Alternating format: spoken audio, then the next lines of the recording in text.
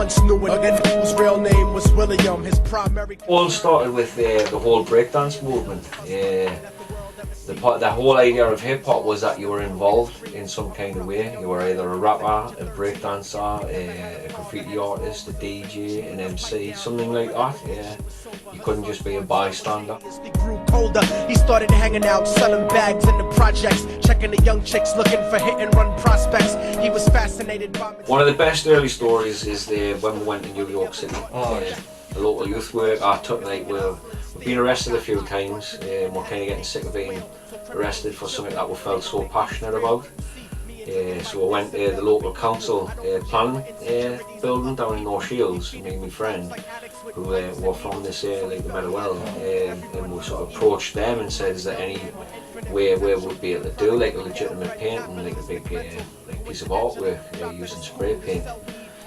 Eventually we got a phone call off a detached youth worker from this area called Steve Barrigan, and he sort of asked where to come and do a brand new play site that had just been built in the middle of Meadowell. It used to be an old council yard, but they closed the council yard down. They redeveloped the whole area and turned it into like a children's play area.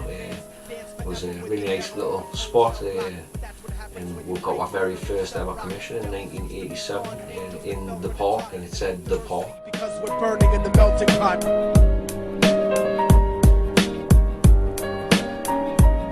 So Billy started opened our eyes as from coming from such a small, very close-knit estate, where we're all from the Meadowell, the Ridges, and then it just made you realise that there was this whole sort of world out there of interesting things to find, and sort of stop being the little Rajis that we used to be. He wanted to be major like the cutthroats and the thugs, but when he tried to step to him, chicken showed him no love. They told him any motherfucking coward can sell drugs, any wiggin' shit with a gun can bust slugs, any wiggin' with a red shirt can front like a blood. Even Puffy smoked the motherfucker up in the club, but only a real thug can stab someone till they die, standing in front of them, staring straight into their eyes. Billy realized that these men from the beginning of time,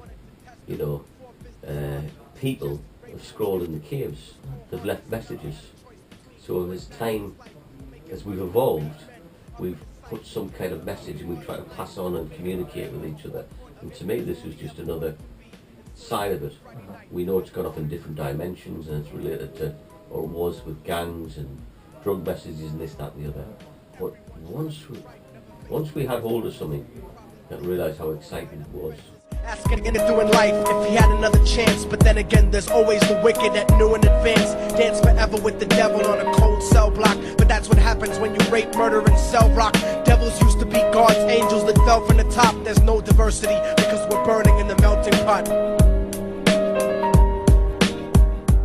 It's always had a point in history. It's a way of the man expressing his views. While it was raining, smoking blunts, drinking and joking for entertainment, until they saw a woman on the street walking alone, 3 in the morning, coming back from work on her way home, and so they quietly got out the car and followed her.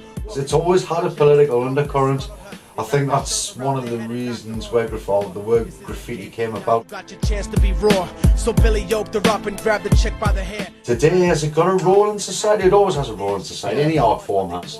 They go up the stairs, they got to the roof, and then held her down on the ground, screaming, "Shut the fuck up and stop moving around." The shirt covered her face, but she screamed and clawed, so Billy stomped on the chip till he broke in her jaw. Just been outside the room all these years later, and hearing the guys talking, saying somebody was around today and saw the work that they've been doing right here, July 2014, and hearing the same stories of them encouraging their peers and other people to have a go. The story was somebody today said I couldn't even draw a matchstick person, and the straight out of saying, yeah, we were like that. There's no kind of hierarchy within it. They are damn good and they've probably become the best. What I love about them is they're all sharing those skills. It's inclusive, it's creative, it's controversial, it's provocative, and it's got a lot of hidden meanings. I'm falling and I can't turn back. Right before he pulled the trigger.